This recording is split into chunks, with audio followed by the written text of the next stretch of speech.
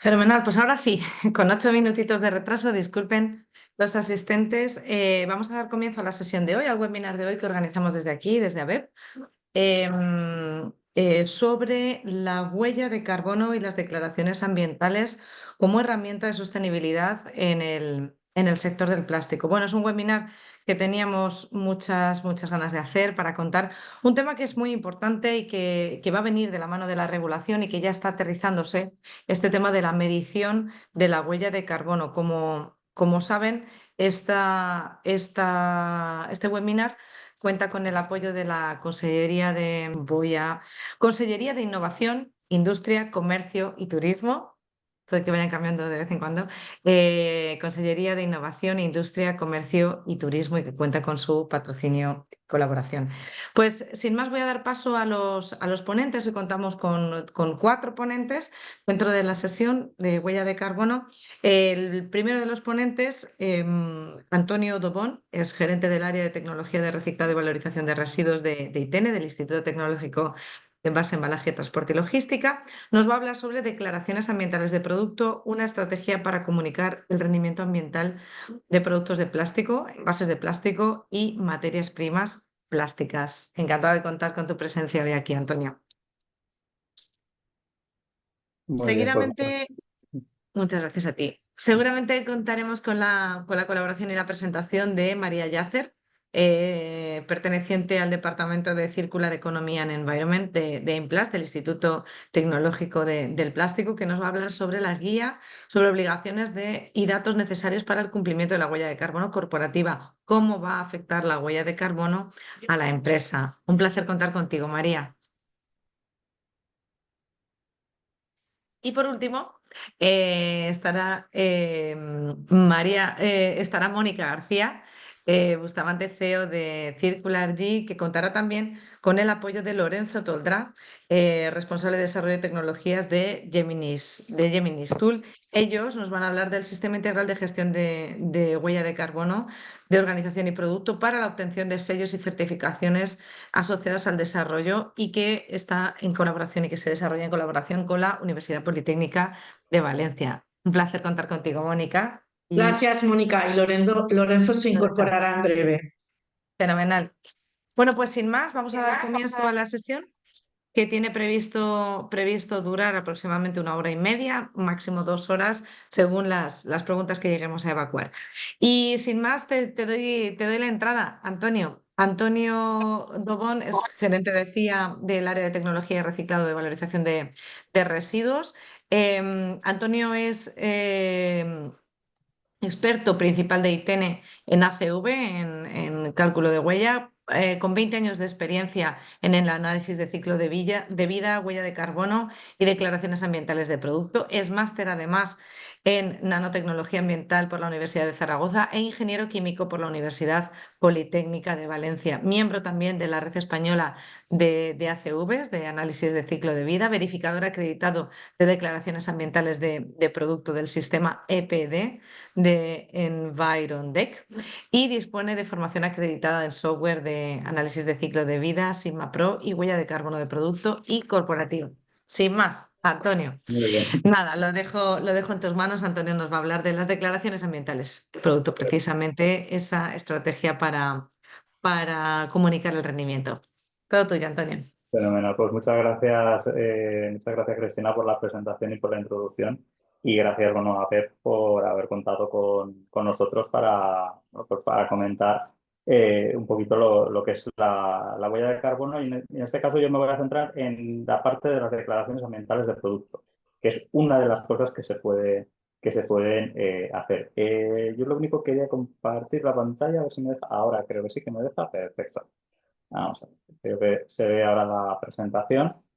¿Vale? Perfecto, pantalla completa, Antonio. Perfecto, genial. Pues ahora creo que se ve bien. Pues nada, como os decía, yo lo que os voy a presentar es, digamos, una parte de lo que sería todo este tema de los cálculos de huella de carbono y del análisis del ciclo de vida, pero que tiene una orientación claramente empresarial. Es decir, al final es poder ofrecer información ambiental de vuestros productos y, bueno, pues para los que hayáis trabajado con el sector de la construcción, a lo mejor esta cosa de las declaraciones ambientales de producto ya os suena, pero sé que hay mucha gente que no le suena porque esto inicialmente surgió como un tema que estaba orientado sobre todo en el sector de la construcción, pero que ha ido evolucionando y en los últimos años ha ido a toda velocidad para poder proporcionar información ambiental que además está verificada sobre productos de los tipos más diversos. Y esto incluye, pues, por ejemplo, los envases y embalajes de todo tipo de material, incluidos por supuesto los de plásticos, pero por ejemplo también materias primas plásticas y otros productos fabricados con plástico.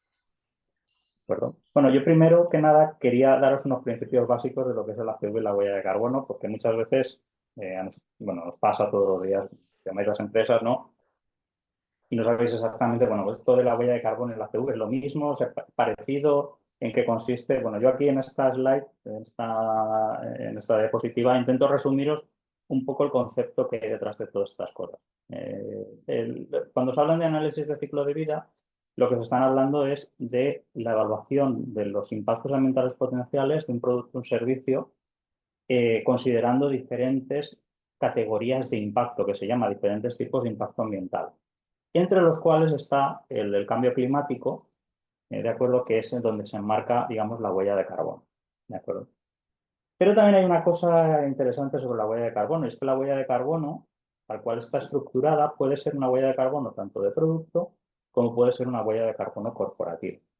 ¿Y cuál es la diferencia? Bueno, pues en las huellas de carbono de productos se mide el impacto ambiental durante todo el ciclo de vida del producto, desde que se extraen materias primas hasta que ese producto se convierte en residuo, mientras que en la huella de carbono corporativa lo que se mide es el rendimiento ambiental de todas las actividades que vosotros realizáis como empresa.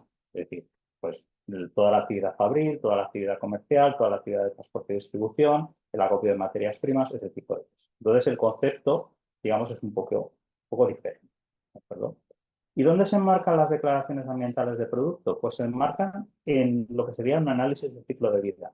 ¿Y por qué se enmarcan ahí? Pues se enmarcan sencillamente porque en las declaraciones ambientales de producto, en casi todos los sistemas, y el más conocido es el DPD Inverendec, es el más conocido, es el primer logo que tenéis en esta slide. En este caso se pide siempre proporcionar información ambiental completa de unas determinadas categorías de impacto sobre el ciclo de vida, ¿de acuerdo? Entonces, por ese motivo, lo que se hace para desarrollar una EPD es un análisis de ciclo de vida. En otros casos, para otros sistemas de etiquetado y demás, se puede pedir, pues, por ejemplo, una huella de carbono del producto. Y entonces solamente se analizaría el impacto sobre el cambio climático, lo que se conoce como huella de carbono. Bueno, ¿y todo esto cómo funciona? Bueno, pues en esta slide intento resumir de forma muy simple en qué consiste un análisis de ciclo de vida. Es tan sencillo como considerar todas las fases que tiene nuestro producto, desde que se extrae una materia prima para fabricarlo, por ejemplo, en el caso de un producto fabricado en plástico, desde la extracción del crudo para fabricar ese producto plástico, si está fabricado con plástico virgen, o si está fabricado con material reciclado, pues la extracción de ese material reciclado, toda la parte de procesado, la manufactura, la distribución, el uso, reparación o reutilización, que en el caso de envases de plástico es un aspecto también importante, y en la gestión del fin de vida como residuo. Y dentro de todas esas fases del ciclo de vida consideramos todas las materias primas, la energía, el agua y las emisiones que se generan en cada una de esas fases del ciclo de vida. Entonces, al final, cómo funcionan los cálculos de análisis de ciclo de vida es como un sistema matricial, es como una matriz como la que tenéis aquí. Es decir, se cruza para cada fase del ciclo de vida toda esa información sobre materias primas, agua, energía, emisiones y demás, y todo eso permite calcular el impacto ambiental potencial. ¿Vale? Aquí esto siempre lo explico, que el análisis de ciclo de vida es para entendernos como la predicción meteorológica. ¿Vale? No, el ACV no mide el impacto real que va a haber sobre el medio ambiente, sino el impacto potencial. Es decir, es un método estimado que calcula cuál es el posible impacto que puede haber sobre el medio ambiente. Y de hecho, los métodos de cálculo que se utilizan pues funcionan más o menos como los de la predicción meteorológica, que te dice dónde va a llover o dónde no va a llover, o si va a hacer viento, o si va a hacer sol, o si va a estar nublado. Pues aquí hay unas metodologías que lo que hacen es calcular en función de los datos que se introducen al sistema de las materias primas y de las diferentes fases del ciclo de vida, intentan predecir cuál es el impacto sobre el medio ambiente de un determinado tipo de producto. Pero así es como funciona.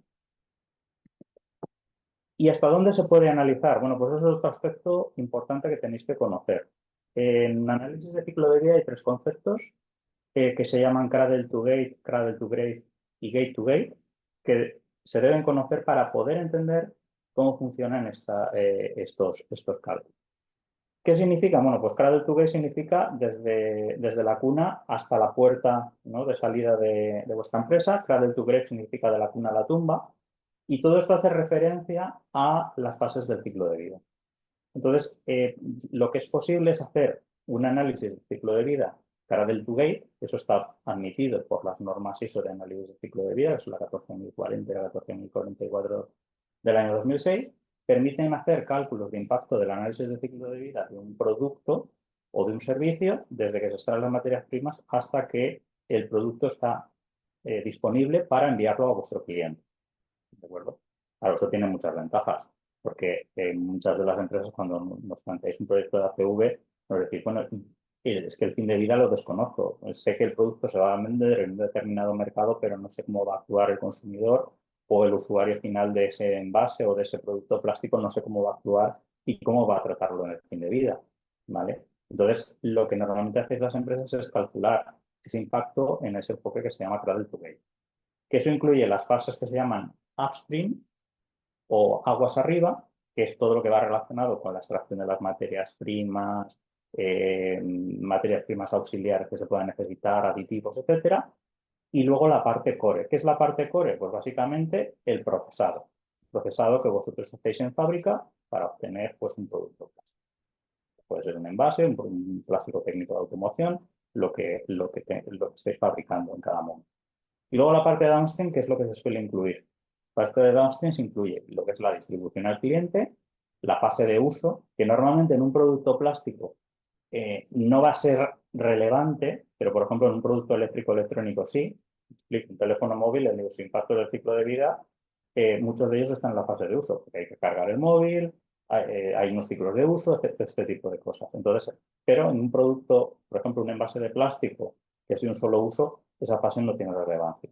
Entonces, en función del tipo de producto, esa fase de downstream puede tener cierta relevancia. Y luego también está incluido lo que os he dicho, el fin de vida, que es cómo se gestiona el producto cuando se convierte en residuo.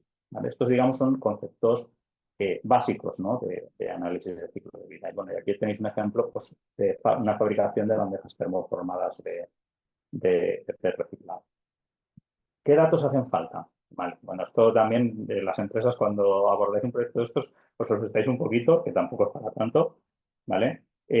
Básicamente los datos que se necesitan son datos relacionados con las materias primas que se están utilizando y los diferentes tipos de procesos, la energía, los materiales de embalaje y las operaciones de transporte que se puedan realizar en cada caso. Por ejemplo, aquí tenéis un ejemplo para la fabricación de botellas de PET, ¿no?, que tendríamos, por ejemplo, todas las materias primas que se utilizan para fabricar las preformas. Luego estaría también la fase de soplado de esas preformas cuando enviáis las preformas a una planta embotelladora. Todo lo que serían los embalajes que se utilizan para llevar las preformas y luego posteriormente las botellas llenas con puede ser agua mineral o con una bebida refrescante, ¿no? Y luego todo lo que es la parte pues, de transporte y en su caso, si decidís, pues incluir la fase de fin de vida, que por ejemplo para una botella de PET, pues es más o menos conocido. Lo habitual es que se acabe reciclando, ¿vale? Eso es la situación normal, ¿de acuerdo? ¿Y cómo se ven los resultados en una CV?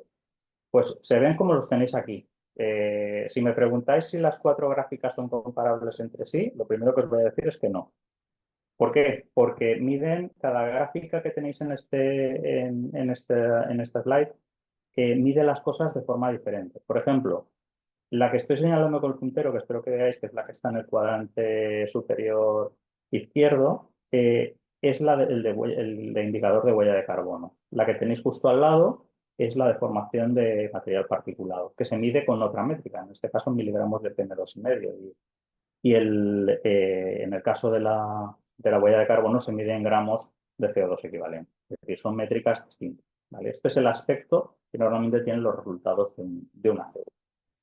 Entonces, eso que están en este eje es lo que se llama las categorías de impacto, que tienen diferentes métricas y diferentes formas de medir.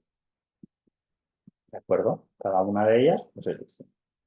Luego, ¿qué es lo que tenéis también en estas gráficas? Las fases del ciclo de vida. Es decir, lo que se hace en el análisis del ciclo de vida es representar los impactos en cada una de las fases. Esto es súper importante porque al final os va a ayudar a saber dónde está concentrado el impacto de vuestro producto.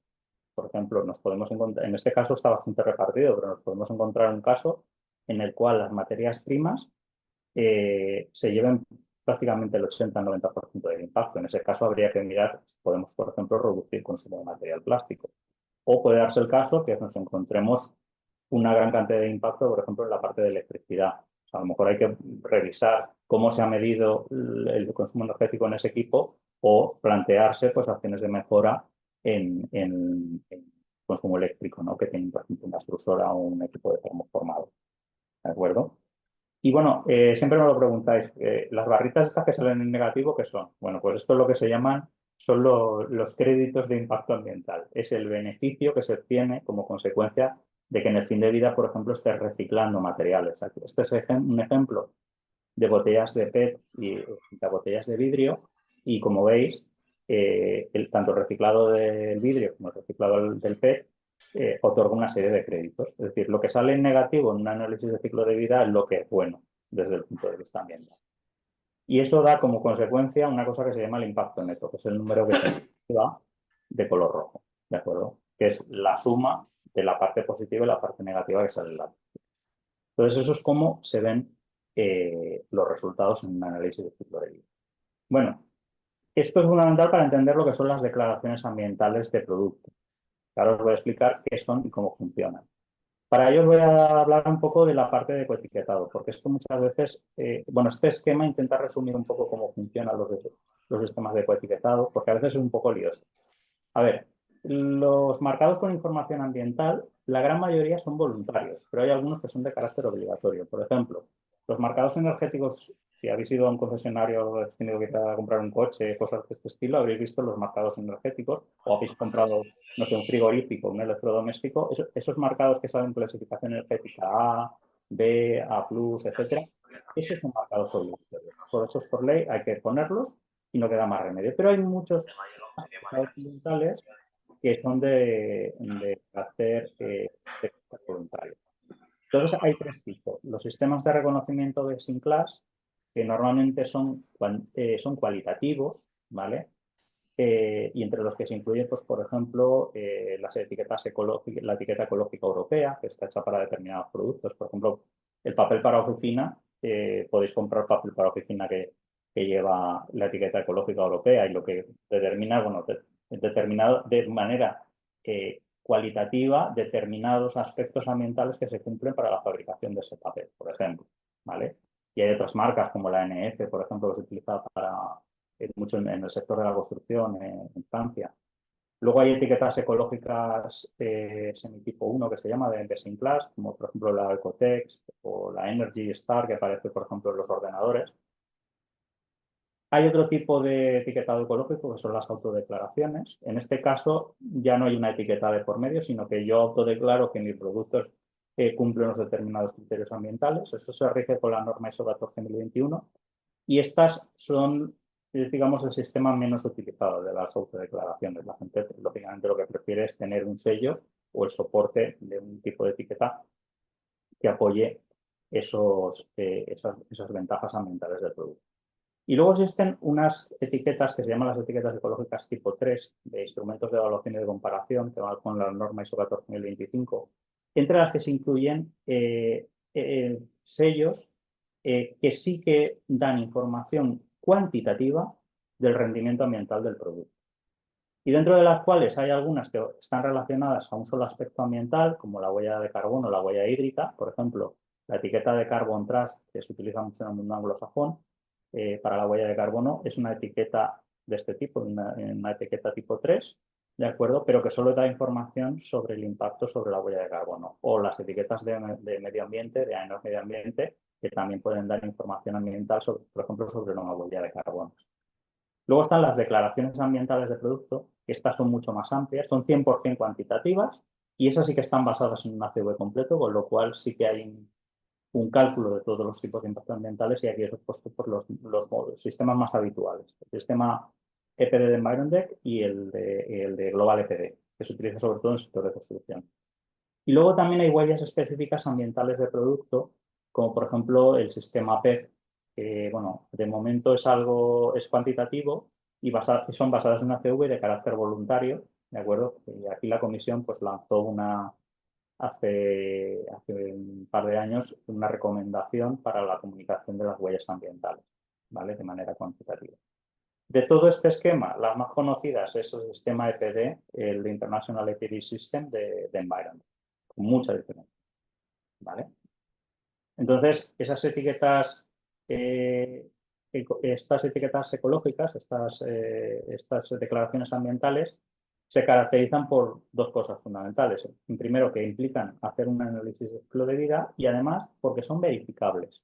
Aspecto que es muy importante, porque tú puedes hacer una CV, demostrar los impactos, las ventajas ambientales de tu producto, pero si no hay alguien detrás que verifique esa información ambiental, claro, es difícil poder hacer llegar esa información, ¿no? a vuestros clientes y bueno, a los diferentes stakeholders, ¿no? que hay implicados en el tema de huella de carbono y de análisis de ciclo de vida.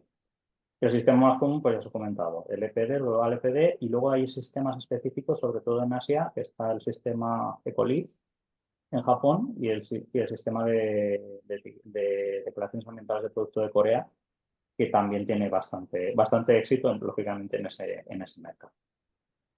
Bueno, las declaraciones ambientales de producto, ¿cómo funcionan? Bueno, pues las declaraciones ambientales de producto se basan todas en una cosa que se llama PCR y no os voy a remontar a tiempos de la pandemia, no tiene nada que ver con las famosas pruebas PCR que se hacían en su momento. Se llaman reglas de categoría de producto, Product Category Rules, ¿vale? Y son las reglas del juego para poder calcular los impactos ambientales, ¿de acuerdo? Entonces, esto tiene una gran ventaja y es que permite que todo el mundo calcule de la misma forma el impacto sobre el ciclo de vida, ¿de acuerdo?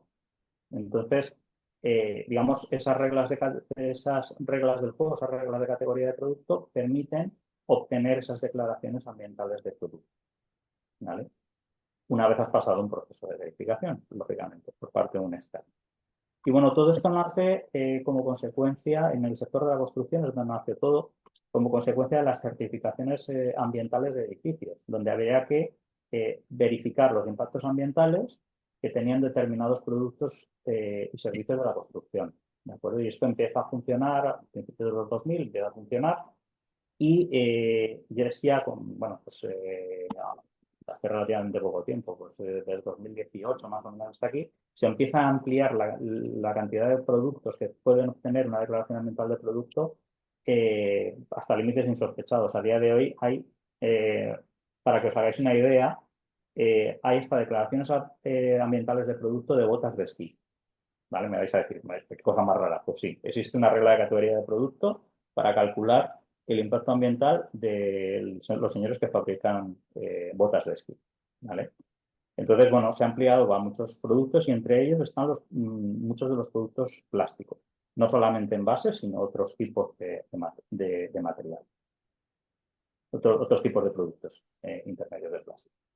Entonces, estas declaraciones ambientales de producto, bueno, hay algunas que incluyen envases, hay algunas que incluyen productos plásticos. Aquí os he puesto los diferentes esquemas que podéis encontrar en Europa. La mayoría de ellos que tenéis aquí son del sector eléctrico-electrónico y del sector de la construcción, pero por ejemplo, el sistema EPD, que es originalmente sueco y ahora tiene carácter internacional, y el EPD Nord, incluyen categorías como pueden ser los envases y embalajes. Y bueno, ¿qué es la declaración ambiental de producto? Bueno, pues la declaración ambiental de producto básicamente es un documento que es una declaración pública de los impactos del ciclo de vida de un producto o servicio de una empresa concreta, ¿de acuerdo? Aunque en el sector de la construcción existen EPD sectoriales, pero no es el caso para otros productos que no sean de la construcción. Y esa declaración pública está basada en un análisis de ciclo de vida de ese producto o servicio. ¿vale? Esa declaración tiene que ser verificable por un tercero acreditado, es decir, que el señor que os vaya a hacer el análisis del ciclo de vida, imaginaros que fuera nuestro caso, que si hiciéramos el análisis del ciclo de vida para obtener la EPD, yo no puedo verificarme a mí mismo, no puedo ser juez y parte. Entonces tendría que venir un tercero externo a verificar ese cálculo. Y luego deciros otra cosa, esas declaraciones ambientales del producto no son comparativas, ¿de acuerdo? Es decir, no se comparan productos o procesos en ningún caso. Y tiene que ser el usuario o el potencial cliente el que haga esa comparación si en una misma categoría de producto existen dos productos que cumplen la misma funcionalidad. Es decir, que vosotros no vais a compararos de manera directa, ¿de acuerdo? Y bueno, como os he dicho, todos estos cálculos se rigen por unas reglas del juego, que son las mismas para todos, ¿de acuerdo? Que son las reglas de categoría de producto. Y deciros que nosotros desde ITN pues, podemos actuar tanto como consultores para desarrollar el ACV para una declaración ambiental de producto, como también como verificadores acreditados independientes, ¿vale? La persona que os habla, yo soy auditor verificador acreditado por Environdec, por el sistema Environdec, y puedo bueno, pues verificar ACV realizados por otras entidades, ¿de acuerdo? Entonces, ¿a qué se puede aplicar en el sector plástico? Bueno, pues para empezar, es aplicable en el sector de envases de plástico, ¿de acuerdo? Existe una PCR que es específica de envases, incluye todo tipo de materiales, ¿de acuerdo? Que se actualizó muy recientemente el 8 de agosto de 2024 y que tiene validez hasta 2025, pero que se va a renovar. Es decir, que todo lo que se haya presentado o que se vaya a presentar como declaraciones ambientales de productos de envases va a seguir teniendo validez, ¿de acuerdo? Entonces es una regla de categoría de producto muy interesante para los que fabricáis envases de plástico, y aquí pues os pongo algunos ejemplos de envases de plástico de los que existen EPD, que hay desde, por ejemplo, un foam de polietileno a un film PET monomaterial alta barrera, un bote de pintura que lleva un sistema de estos de impresión de IML, pales de plástico con material reciclado. La cantidad o variedad de envases de los que se puede obtener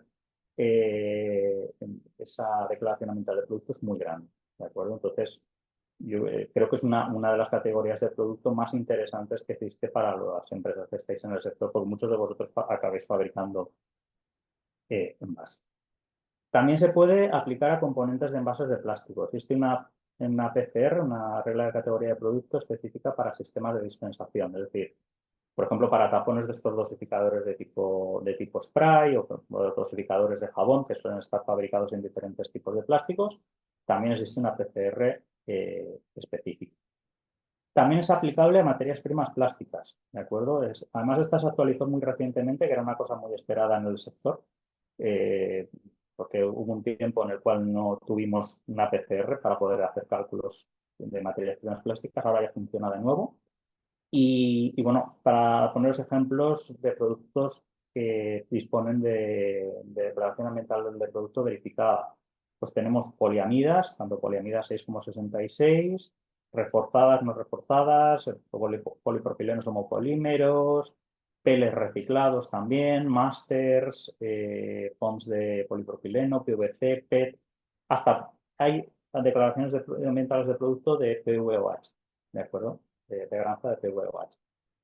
Y luego también existe otra regla de categoría de producto para films multipropósito, que esta tiene cierta relación con la de envases, pero es para productos semi-elaborados. Me explico, son las bobinas, por ejemplo, las de polipropileno bioorientado, polipropileno cast, que al final son materiales semi-elaborados que luego les tiene que dar pues, otro tipo de transformación para obtener el producto final. Bueno, pues estos productos también pueden obtener una declaración ambiental de producto. Por ejemplo, pues, ejemplos de productos que lo tienen están los films de polipropileno bioorientado, los films de metalizados con PET, también hay de metacrilato, también hay de sistemas de etiquetas IML, que se utiliza sobre todo en polipropilenos, ¿vale? Entonces, ese tipo de productos pueden obtener también una declaración ambiental de producto. Para los que estáis en el sector del plástico y os dedicáis al sector os orientáis más hacia el sector textil Bueno, pues existen dos categorías de reglas de categoría de producto donde se pueden obtener EPDs, que son las de fibras sintéticas para el sector textil, ¿vale? Y la de hilo textil de tipo sintético, ¿de acuerdo? Entonces, aquí se han publicado EPDs, por ejemplo, de fibra sintética de poliéster y también de hilos de poliéster y de poliamida, ¿vale? Y también las declaraciones ambientales de producto son aplicables a servicios de gestión de residuos que incluyen residuos plásticos y de envases de plástico, ¿vale? Bueno, hasta hace relativamente poco existió una PCR específica para servicios de reciclado de materiales plásticos. Lo que pasa es que está ahora en proceso de actualización. Se quiere hacer una regla de categoría de producto más general. Los que estamos metidos en los comités, bueno, pues llevamos mucho tiempo luchando con esto y se supone que en marzo de 2025 aparecerá una nueva regla de categoría de producto orientada a los recicladores, es decir, a los que trabajáis con materia prima reciclada y la condicionéis para obtener granjas que luego se puedan posteriormente se pueden utilizar para fabricación de productos fabricados en plástico. Y luego también existe otra PCR, lo que pasa es que estas quizás afecta menos, que es la de servicios de recogida, tratamiento y eliminación de residuos sólidos, entre los cuales incluyen también los de residuos de plástico. ¿De acuerdo?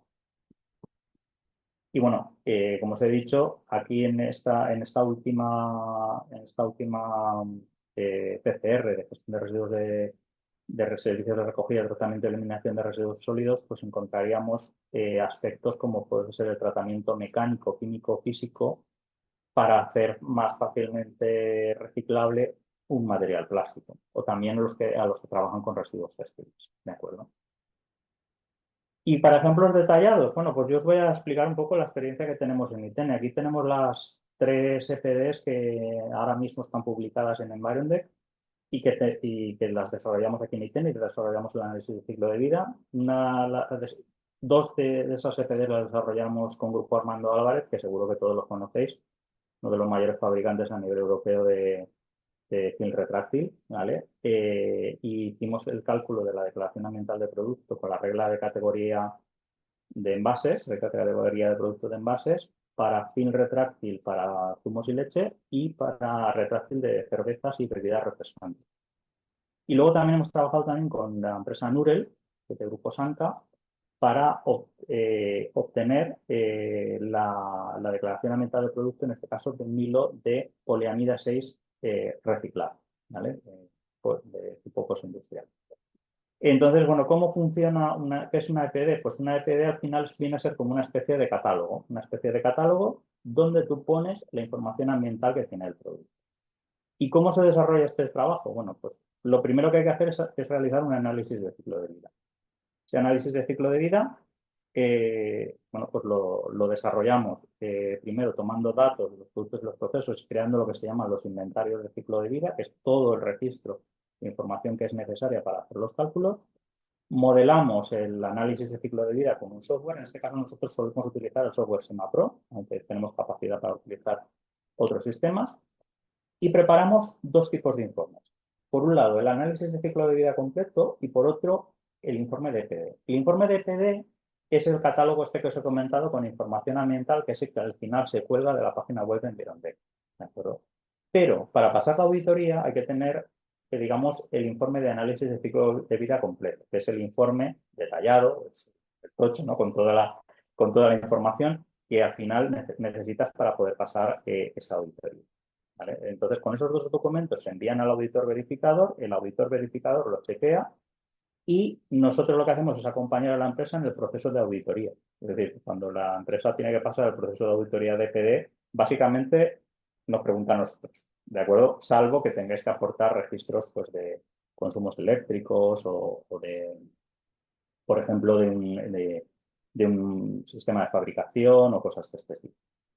Lógicamente, en las auditorías pues siempre salen cosas, lo normal es que salgan pocas cosas, está todo bastante muy trabajado, pero se hacen pequeños ajustes para tener el informe de EPD y luego posteriormente, pues, una vez la empresa paga las tasas de registro y de publicación de la EPD, entonces se procede a la subida de la información de este catálogo con información ambiental sobre vuestro producto Angry on Deck y se queda colgado en la página, ¿de acuerdo? Accesible a todo el mundo. Entonces, en el caso de Grupo Armando Álvarez, pues con los field retráctil que hicimos, pues proporcionamos información sobre el producto, es decir, definimos claramente cuál es el producto y cuál es la función que cumple. Como veis, eran retráctiles de diferente funcionalidad. Uno era para leches y zumo y el otro era para bebidas refrescantes y cerveza, ¿de acuerdo?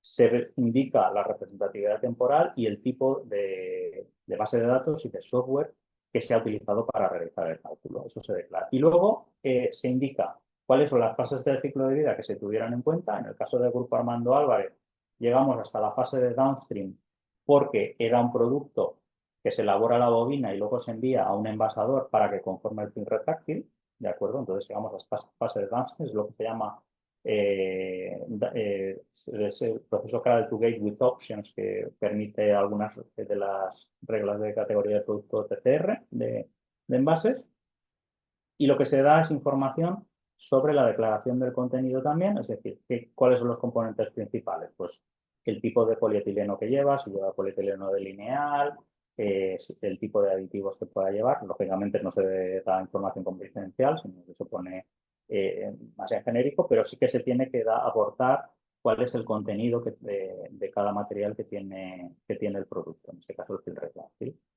Y esto es el core de una EPD. Una EPD tienes que proporcionar este tipo de información. Primero, los impactos ambientales potenciales, que como veis, hay varios indicadores de tipo ambiental. Está la huella de carbono, que es el potencial de calentamiento global, que se tiene que definir desglosado en huella de carbono fósil, huella de carbono biogénica y de uso del suelo.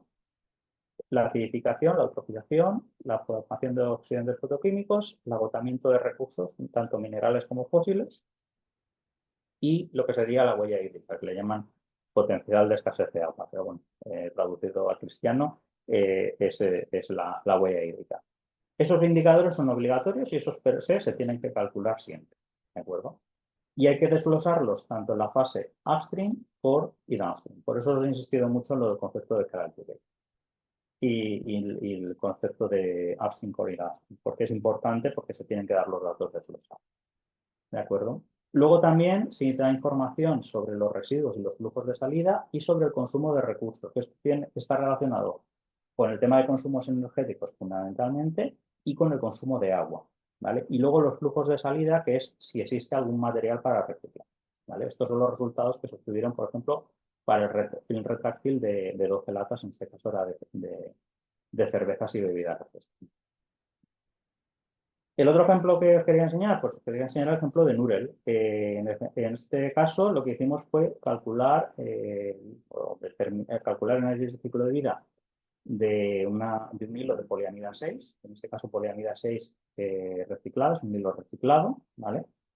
Y aquí, bueno, pues tiene de residuos preconsumidores, es decir, son los restos que quedan del proceso de fabricación de poliamida 6 que se vuelven a reprocesar para obtener este nuevo tipo de poliamida, es un grado de poliamida diferente, se llama Reconylon. Y aquí veis la información que se ofrece, es la misma que la que os ha enseñado el Grupo Armando Álvarez. Están los indicadores que son obligatorios, que son lo que tenéis aquí como categorías de impacto, la huella de carbono desglosada en sus tres componentes, los consumos de recursos y la generación de residuos, ¿vale? Las tablas son exactamente iguales, ¿de acuerdo?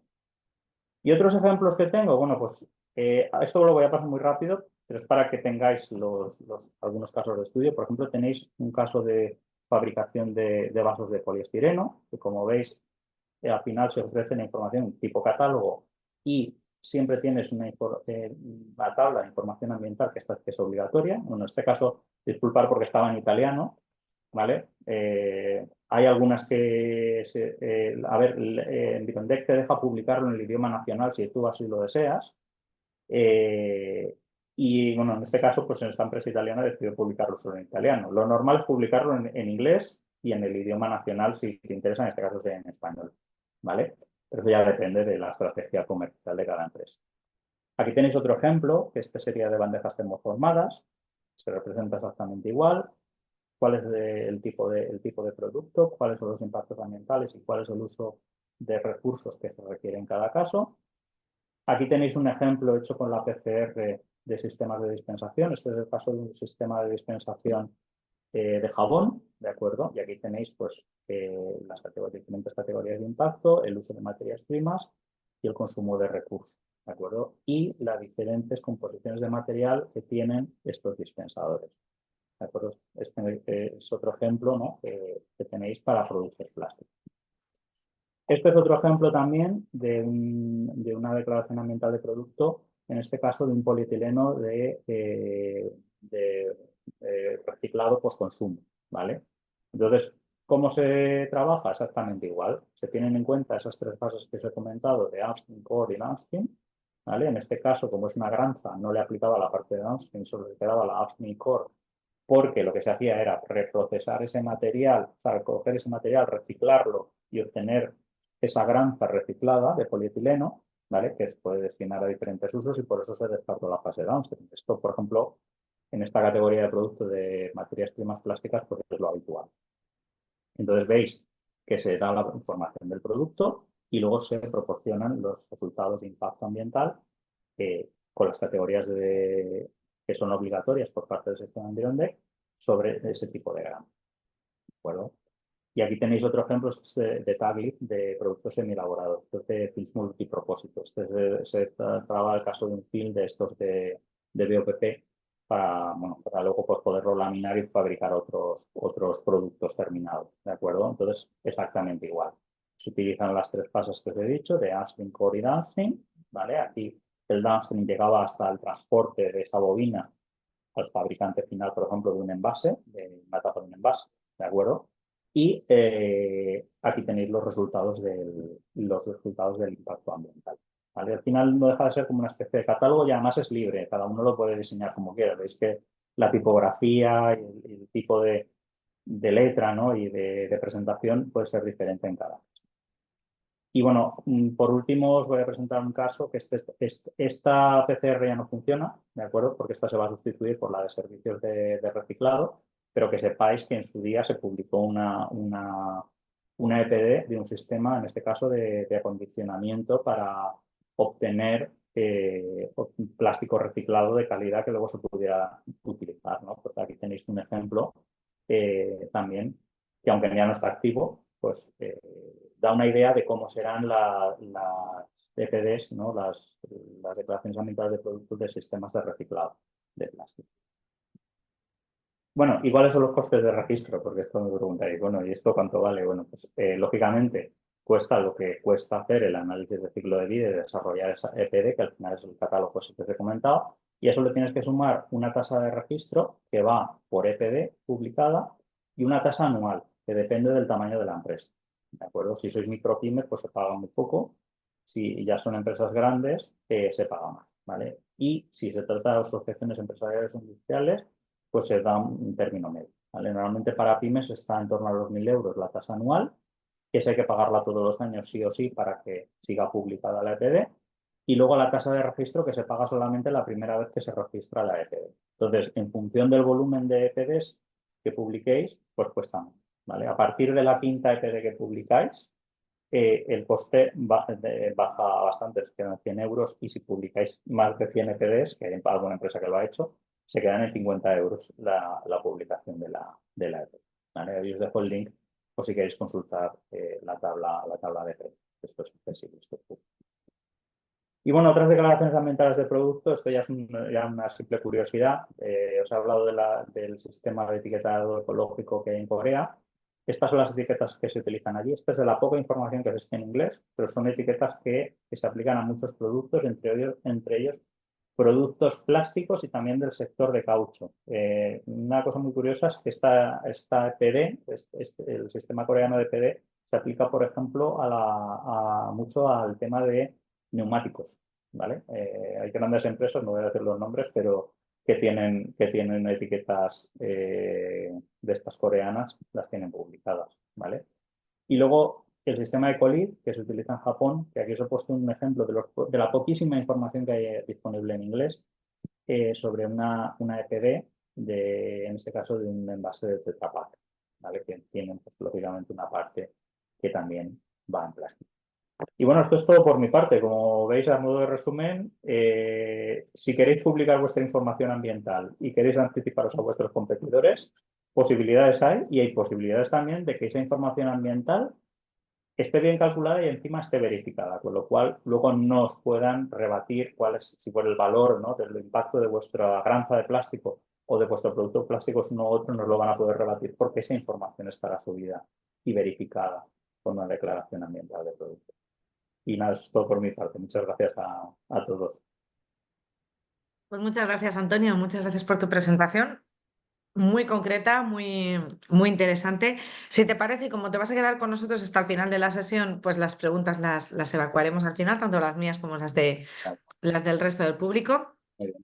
Y damos paso, te pido que dejes de compartir pantalla porque damos paso a la siguiente ponente, a María. María Yacer es investigadora del Grupo de Economía Circular y Medio Ambiente de IMPLAS.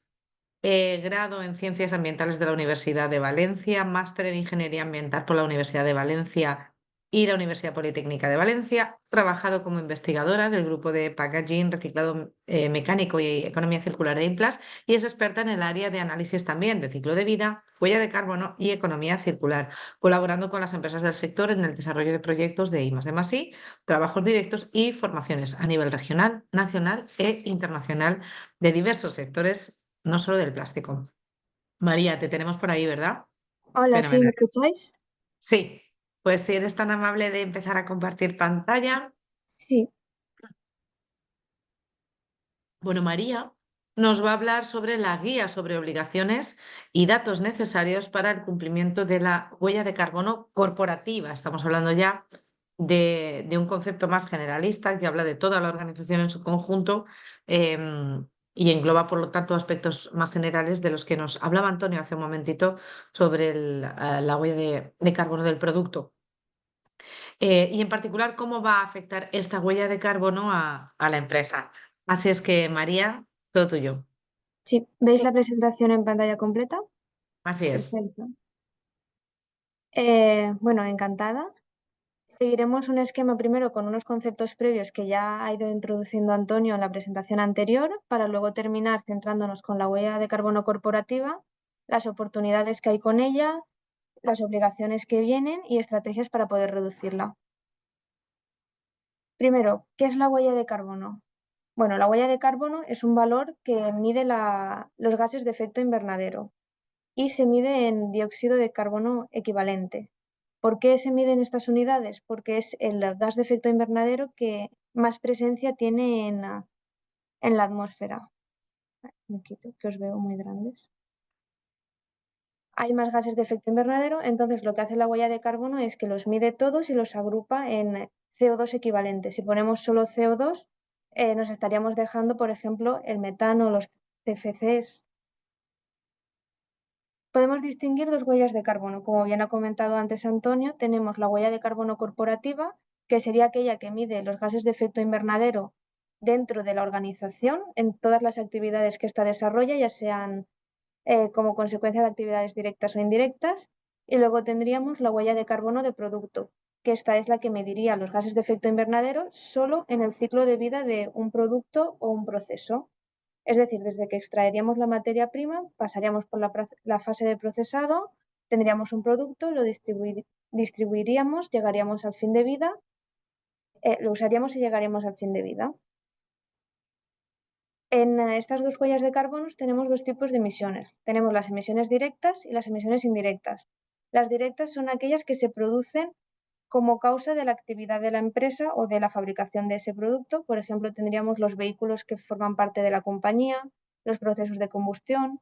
Y luego tendríamos las emisiones indirectas, que son aquellas que se producen a causa de la actividad de la empresa, pero no dentro de la misma. Por ejemplo, tendríamos las emisiones debidas a la energía, ya que se están produciendo unas emisiones porque la empresa está usando energía, pero no se están produciendo en el mismo lugar donde se está usando la energía, sino donde se está transformando. Esto lo ha comentado antes Antonio. ¿Qué relación hay entre la huella de carbono y el análisis de ciclo de vida?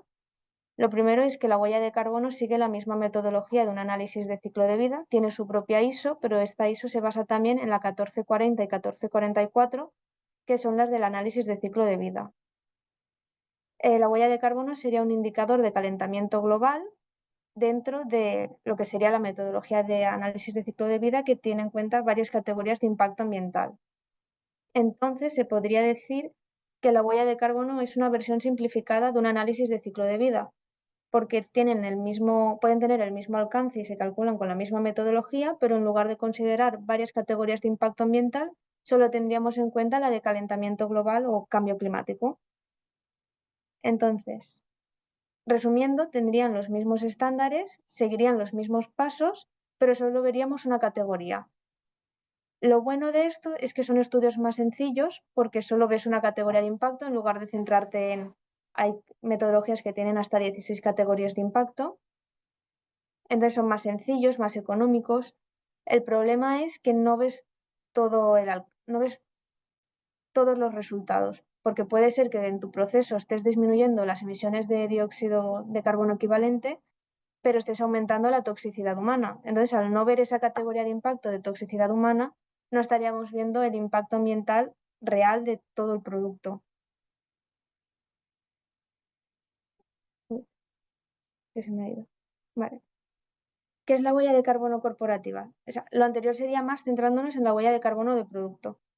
Ahora pasamos a la huella de carbono corporativa.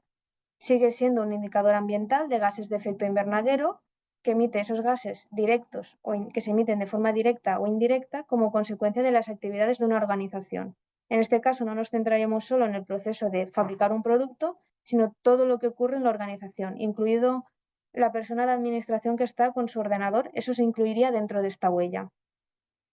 Actualmente el MITECO puede certificar los cálculos de huella de carbono corporativa y los diferencia en 3 alcances. Tendríamos el alcance 1, que serían las emisiones directas, es decir, aquellas que se producen en la misma empresa, como podrían ser los coches, el consumo de los coches que son propios de la empresa, si tienen calderas, los gases refrigerados, los extintores.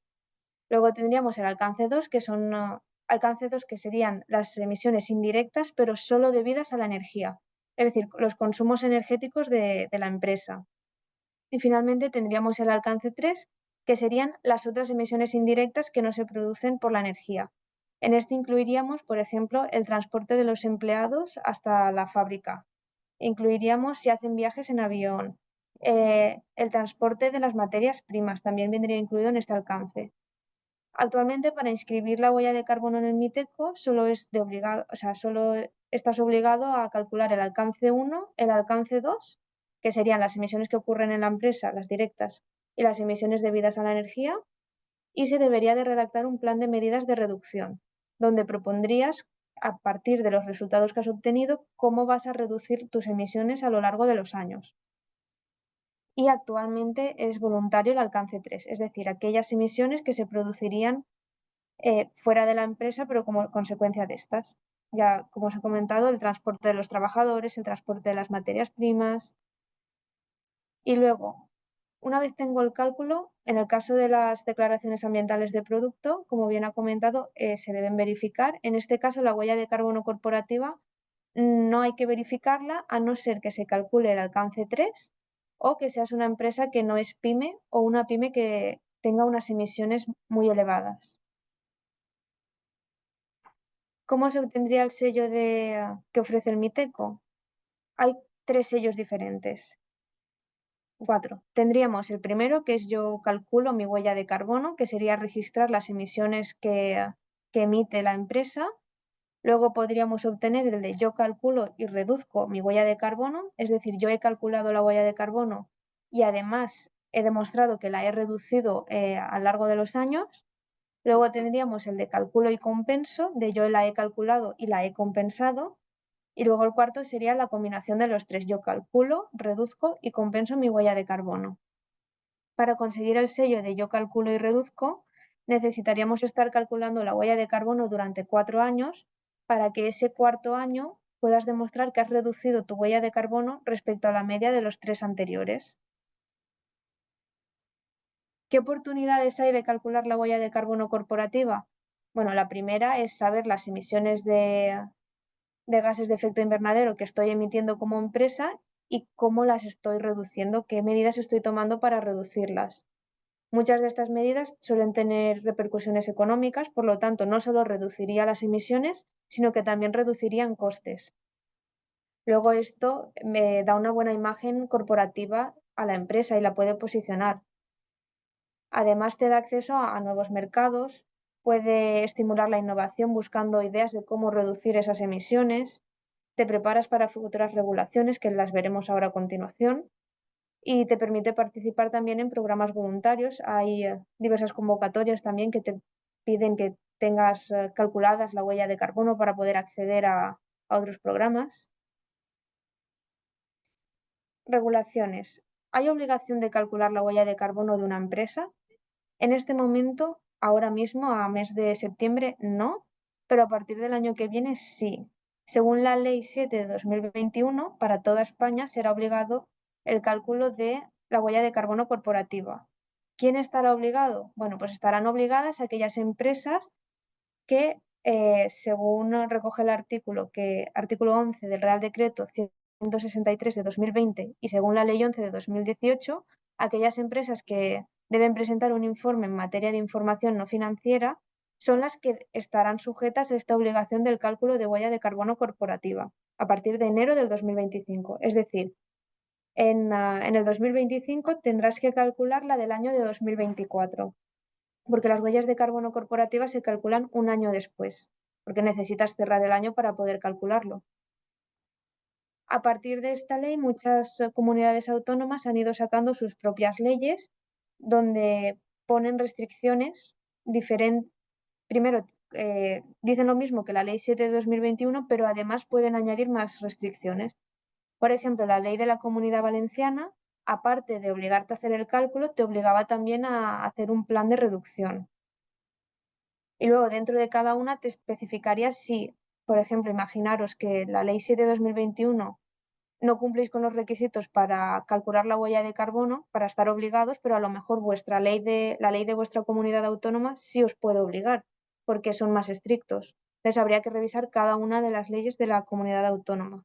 Aquí os he puesto un ejemplo de 4 comunidades: la Comunidad Valenciana, las Islas Baleares, Navarra y el País Vasco, donde han ido sacando sus transposiciones de esa ley y donde ponen los requisitos para cada empresa. Además, actualmente el proyecto Real Decreto del registro de huella de carbono, compensación y proyectos de absorción está actualizándose, está ya en borradores. ¿Y qué pretende este borrador? Primero pretende ampliar su alcance a más tipos de proyectos de absorción e incluir dentro de la huella de carbono ya no solo la corporativa, sino también las huellas de carbono de evento.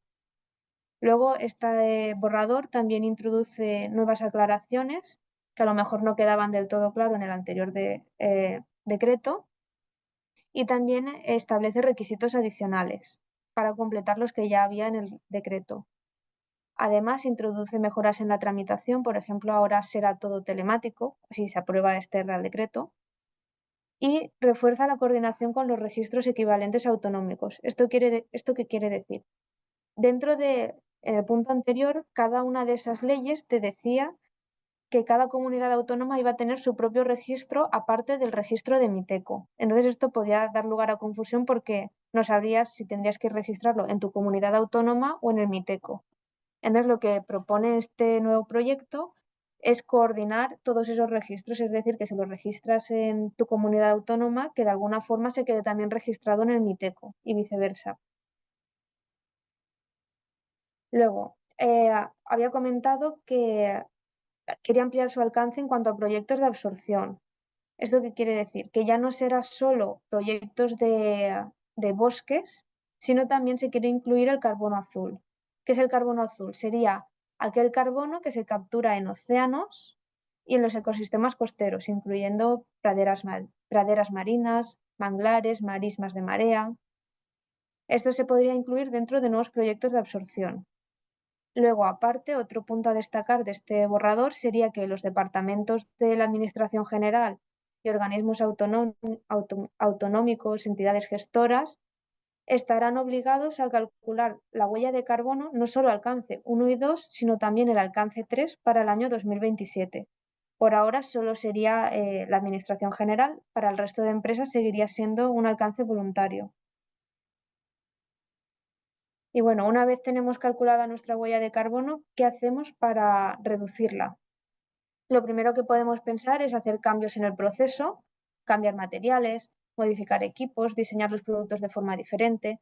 Con esto reduciríamos también la huella de carbono de producto.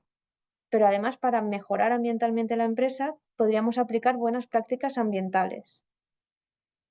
Por ejemplo, tendríamos la reducción de consumo de materias primas, recursos energéticos, disminución de emisiones a la atmósfera, a las aguas. No solo reduciríamos la huella de carbono corporativa, sino nos centraríamos en el impacto ambiental en todo, como en un análisis de ciclo de vida en diferentes categorías de impacto. Y además, como os he comentado, reducir todo esto implicaría un ahorro económico. Por ejemplo, si yo reduzco mi consumo de agua, disminuyendo así mi huella hídrica, ahorraría económicamente porque estaría pagando menos agua. Y todo esto conllevaría también a la mejora de imagen de la empresa. Se pueden aplicar estas estrategias a cualquier área de la empresa. Tendríamos las áreas de la oficina, servicios, mantenimiento, compras, recepción de materiales, procesos de planta, logística. En esta diapositiva os he resumido un poco diferentes estrategias que podemos aplicar. Principalmente se aplican a materiales, a energía y a residuos. Por ejemplo, oficinas, servicios, mantenimiento, limpieza. ¿Cómo reduciríamos la huella de carbono corporativa y el impacto ambiental de la empresa? Pues si nos centramos en los materiales, podemos evitar el despilfarro de materiales, utilizar materiales que sean reciclados, que sean reciclables, materiales más sostenibles. En cuanto a energía, podríamos aislar mejor la empresa para así reducir el consumo energético cuando ponemos el aire acondicionado, hacer mantenimientos periódicos para ver que todo funciona bien. En cuanto al agua, el ahorro del consumo de agua, inspecciones periódicas para ver que las cañerías siguen funcionando bien. En residuos, hacer un inventario de residuos, que se están separando correctamente, que no hay residuos peligrosos. Luego también podemos centrarnos en productos de limpieza. Si tengo que usar uno, que sea un producto que tenga un impacto menor sobre el medio ambiente. En cuanto a compras y provisionamiento, tendríamos en la parte de materiales buscar proveedores de zonas geográficas más cerca para así reducir las emisiones de CO2 equivalente que se producirían por el transporte. En la energía lo mismo, que sean procesos más eficientes. En residuos, que sean productos a granel para así tener menos envases que desechar. Buscar proveedores que te permitan devolver el envase porque es un envase reutilizable. Evitar sustancias peligrosas. En cuanto a la recepción y el almacenamiento de productos, tendríamos en la parte de materiales revisar que los materiales que hemos recibido y tenemos almacenados están en buen estado, que no se han puesto malos y hay que desecharlos. En cuanto a residuos, que todo esté etiquetado correctamente para poder saber dónde se debe desechar cada uno de los residuos. Seguir las instrucciones de mantenimiento preventivo, ya que si lo sigues así, es posible que te dure más tiempo el producto que sea y así no lo tengas que desechar. En cuanto a procesos en planta, sería aplicaría sobre todas las actividades de producción. Este afectaría más a la huella de carbono de producto, ya que al mejorar el proceso de producción estarías reduciendo también esa huella. Y en cuanto a logística y expedición, en materiales sería buscar materiales que sean reutilizables, vender como subproducto los rechazos que estoy generando para que, por ejemplo, no vayan a vertedero, que puedan reciclarse y fabricar un producto nuevo. En cuanto a energía, optimizar la logística de transporte, que si, por ejemplo, va a venir un camión y le viene de paso primero pasar por otro sitio para recoger otro producto que necesito, que haga menos recorrido o que lo amortice mejor. Optimizar la flota de transporte de la empresa para que tenga vehículos más eficientes y que consuman menos. Y luego en la parte de residuos, pues que se puedan separar, que se puedan reutilizar y se puedan desechar donde corresponda. Y bueno, así resumido sería todo sobre qué es necesario para la huella de carbono corporativa y quiénes están obligados. Y como ha comentado antes Cristina, las preguntas supongo que son para el final. Sí, exacto, María. Así lo hacemos. Pues bueno, muchas gracias por haber sido escueta, porque eso nos ha permitido ganar en tiempo y acoplarnos un poquito más a la agenda inicial en tiempo. Las preguntas al final, María. Y damos paso a la última intervención de esta jornada de hoy, que os recuerdo, huella de carbono y declaraciones ambientales como herramienta de sostenibilidad en el sector del plástico. Y tenemos entre nosotros a Mónica García y a Lorenzo Toldrá.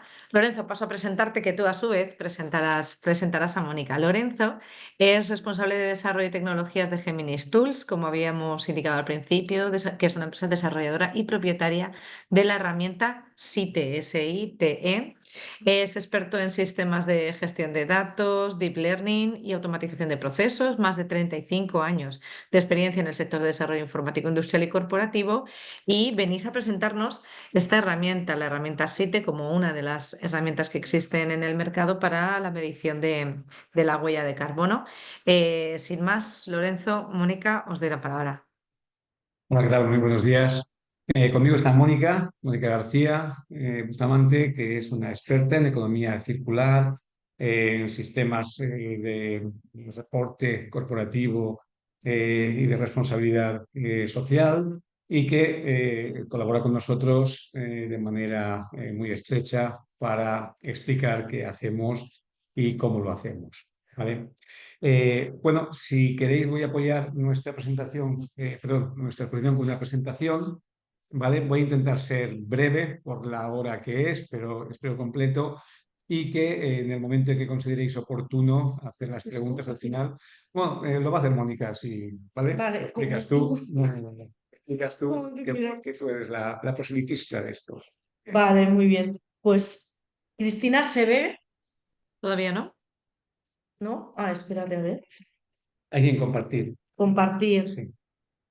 Espera, Sí, pero no, ahora veo tu compartir pantalla. pantalla no. Me No, falta pero ver la espera, no, presentación. pero no quiero la pantalla. Segundo, que no le había dado a. Es compartir. Ahora sí, Ahora sí, no le había dado a esto. exacto. Perfecto, y ahora aquí. Ya lo vemos, nos falta pantalla Perfecto, completa. ¿Lo ponéis en pantalla muy completa? bien. Ah, sí, ya está, listo. Está perfecto. Vale, muy bien. Pues nada, yo, Cristina, bueno, pues agradecerte que nos hayas dado este espacio. Yo soy conocida de ABEP porque llevo en el plástico desde 2016 y colaborando con vosotros desde 2018, ¿no? En muchos temas relacionados con la economía circular. Así que, bueno, pues me siento un poco en casa. Traemos esta herramienta. En Circular tenemos distintas herramientas. Nos basamos en la estrategia circular como lo primero para saber qué hacer en cada una de todas estas áreas. Y para nosotros, en cuanto a descarbonización, esta herramienta pues es lo mejor que hemos encontrado, ¿no? Nosotros, yo ya conocía a Lorenzo y a otros catedráticos de la UPV, porque hay mucho apoyo de muchos profesores de la UPV también en esta herramienta. Les conozco desde hace 6 años. Y hace 2 años conocí la herramienta y está lanzándose para pymes, ¿vale? Entonces, lo que quiero decir con esto, para empresas en general. Entonces, lo que queremos decir es que esto es algo muy práctico para la empresa. Las presentaciones que hemos tenido antes han sido realmente buenas porque nos han situado en el tema, tanto Antonio como María, y esto es cómo, o sea, cómo hacemos para cumplir esas normativas o conseguir esos sellos o, pues bueno, pues avanzar en la estrategia de sostenibilidad de la empresa, ¿no? Y esto es algo, lo que sí que quiero es remarcar esto porque tiene muchos datos ya en la herramienta, temas sectoriales, porque ellos han desarrollado el observatorio de emisiones de la UPV, ¿vale? Entonces, todo este conocimiento científico, ¿no?, que hasta ahora se ha estado desarrollando en este área, ahora es momento de aterrizarlo a las empresas. Entonces, sin más, pues bueno, vamos a ver a qué se dedica Geminis Tools. Los protocolos sobre emisiones, tanto el registro de la huella de carbono corporativa, en la que ha estado centrada María, como la declaración ambiental de producto, ¿vale? Y cómo lo ejecuta SITE. Bueno, pues Geminis Tools es una empresa dedicada desde hace más de 10 años a la automatización de procesos y de protocolos estandarizados de emisiones de gases de efecto invernadero que afectan a empresas y administraciones. Por fin, reitero, aterrizado a las empresas. Y el objetivo no es otro que el de simplificar la obtención de certificados. Antonio lo ha dicho muy bien en la primera exposición. Ahora ya no vale el decir qué hago, ¿no? Y contar lo que hago. Y esas memorias de sostenibilidad que son muy gráficas y muy descriptivas y que expresan lo que una empresa hace en distintas áreas de sostenibilidad. Ahora hay que probarlo. Y realmente con toda esa normativa que está llegando, Europa lo que quiere es combatir el greenwashing y que las empresas comuniquen una información verificada o certificada, ¿no? Pues para eso están las herramientas como SITE. Entonces, sobre los compromisos medioambientales, bueno, voy a ser muy breve porque ya se ha expresado antes. Al final nosotros nos vamos a poner del lado de las empresas, ¿no? ¿Por qué las empresas pueden querer adquirir un compromiso medioambiental?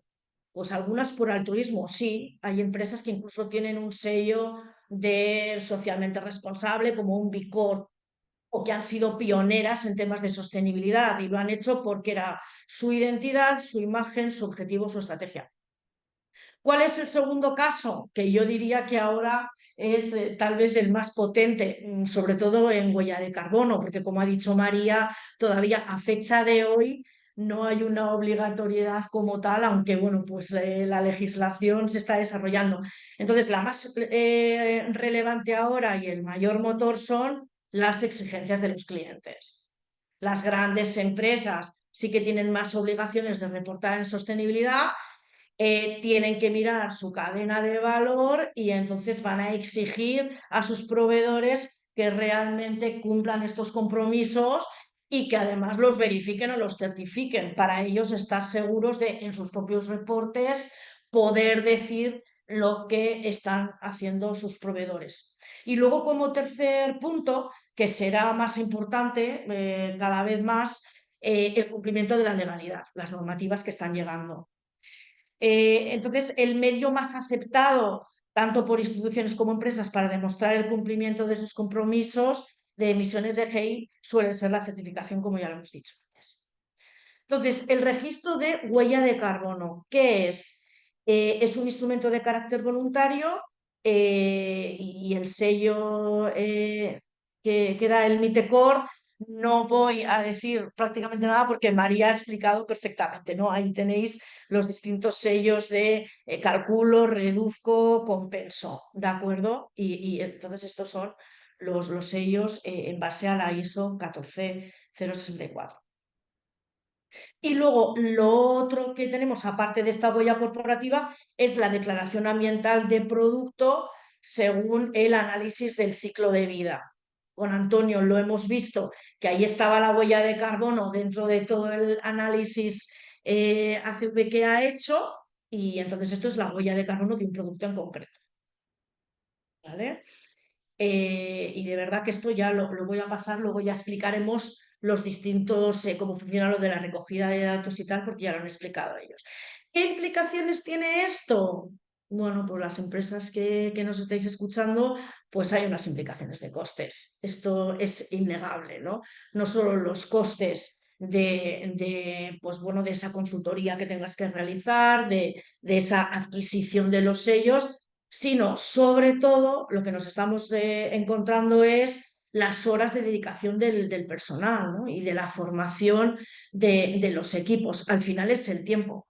Nos encontramos con muchas empresas que sí que nos dicen que es algo que incluso tienen que empezar a pensar ya hacer porque se lo están pidiendo o se lo van a pedir para el año que viene, pero estos equipos, no nos engañemos, los equipos de sostenibilidad tampoco son grandes equipos en las empresas. Si hay un director de sostenibilidad, uno pues ya es un gran paso, ¿no? Y entonces dedicar tiempo de algo para hacer la huella de carbono, recoger toda la información, bueno, pues ese es como el principal freno, ¿no? Mucho más que el coste. Bueno, pues que es una herramienta, como hemos dicho, entre otras que hay, pero es una herramienta muy potente para gestionar estos protocolos, los dos protocolos que hemos dicho, tanto la huella corporativa como la DAP, de una manera eficiente, de una manera sencilla y lo más importante, que al final suponga facilitar la toma de decisiones. Ahora lo vamos a ver. SIT es muy potente en cuanto a los cálculos que hace con toda la data, las recomendaciones, incluso por tipo de gas y demás. Hay mucho conocimiento ahí, como decía, de ese observatorio. También se cruzan datos incluso sectoriales, que me estoy un poco adelantando, pero bueno, pues al final lo que te permite que es pues, lo que una empresa necesita, que sea sencillo, que sea rápido, que si no lo tengo por qué hacer, pues me lo hacen, ¿no? Y me quedo con el repositorio y que me ayude a tomar esas decisiones y que me facilite también la consecución de esos sellos, ¿no? que necesitamos para demostrarlo. Yendo a cómo va la herramienta, aquí tenéis unos ejemplos de las distintas fases. Las fases al final son 5 fases: datos, cálculo de la información como tal, las acciones recomendadas y los reportes resultantes.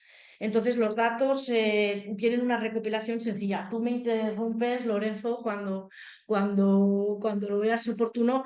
Es sencillo porque al final esto no es una herramienta que tú tienes que meter los datos todos los años ¿no? Y que llegas a una foto, sino que esto todo queda archivado en ese archivo digital. Entonces, una vez ya que tú tienes clasificado, te tardas un poco más en meter todas esas áreas, todas esas categorías, todos esos ítems, pero luego una vez que los tienes, pues es tan sencillo como ir a ese ítem y poner pues qué consumo, ¿no? Qué litros, qué emisiones han sido, ¿no? De qué gases, ese dato en concreto. Y además lo bueno es que en la parte de abajo vemos también todos los documentos también se suben y quedan archivados, con lo cual es un repositorio completo de toda la información, que como vemos luego va a facilitar la fase de verificación.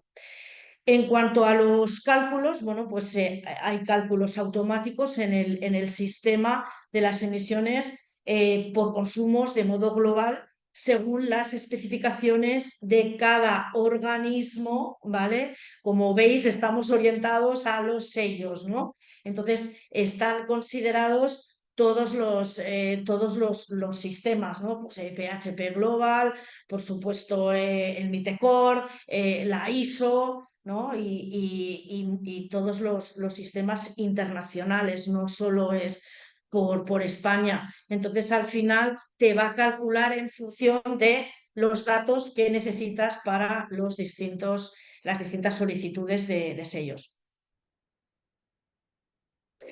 Y en cuanto a la información, bueno, pues esa recopilación de información la podemos obtener o por los orígenes. Aquí tenemos un ejemplo de orígenes, bueno, pues qué emisiones tenemos en instalaciones fijas, transporte por carretera, transporte ferroviario, ¿vale? Electricidad de edificios, etcétera, ¿no? Entonces, en un origen de emisiones y de contaminación, qué emisiones tenemos en ese origen y luego podremos ir a los datos, ¿no? Todo lo que está incluido ahí.